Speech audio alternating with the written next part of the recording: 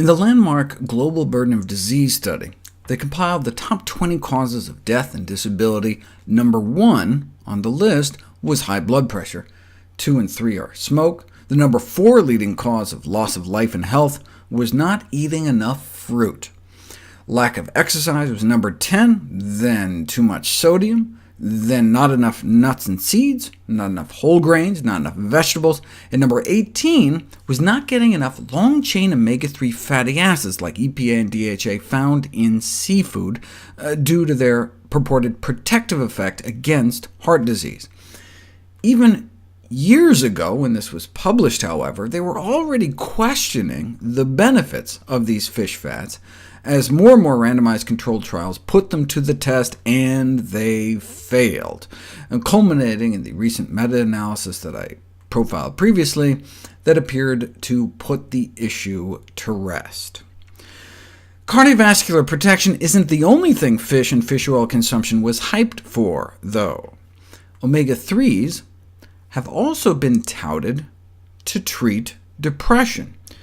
But after taking into account all the negative results that went unpublished, there appears to be no benefit for major depression or for preventing suicide, as I explored previously in my video on fish consumption and suicide. But what about for the prevention of cognitive decline or dementia? The available randomized controlled trials show no benefit for cognitive function for omega-3 supplementation in studies lasting from 6 months to 40 months among healthy older adults. It may sometimes even make things worse. Higher current fish consumption predicted worse cognitive performance, and greater past fish consumption in childhood predicted slowed perceptual speed and reaction time. This may be due to neurotoxic contaminants in fish, such as mercury. We've known that the developing brain is particularly sensitive to the damaging effects of mercury, but maybe the aging brain is as well. This would explain results like this, where higher omega-3 levels were associated with high levels of cognitive impairment and dementia. More EPA found in the cognitively impaired, and more DHA found in the demented, presumably because of pollutants like mercury and PCBs in seafood that have been related to cognitive impairment or Alzheimer's disease. The same cognitive functions disrupted in adults, like attention, fine motor function, verbal memory, are similar to those previously reported in children exposed in the womb. And the adults exposed to mercury through fish consumption didn't just have subtle EEG brainwave changes or something, but observable deficits in neurobehavioral performance measures. For example, poorer performance on tests of fine motor speed and dexterity, concentration. Some aspects of verbal learning and memory were also disrupted by mercury exposure, and the greater the mercury levels, the worse they did.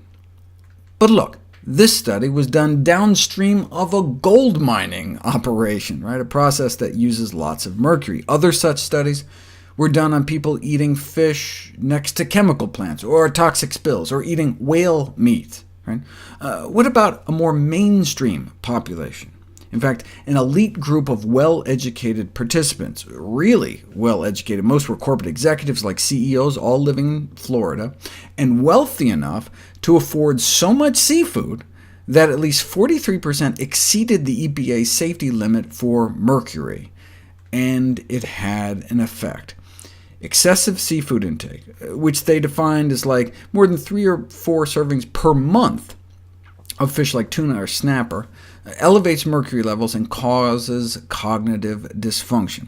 Not much, only about a 5% drop in cognitive performance, but a decrement that no one, let alone a health-conscious and achievement-oriented person, is likely to welcome.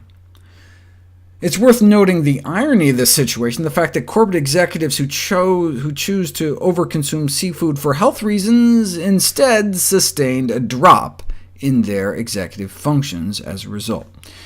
Yet if a 4.8% drop in executive function due to excessive seafood intake occurs in highly functioning healthy adults with ample cognitive reserve, the major concern is whether similar mercury level elevations in individuals already suffering from cognitive decline might result in substantially greater declines, particularly with cognitive decline, dementia, and seafood consumption on the rise.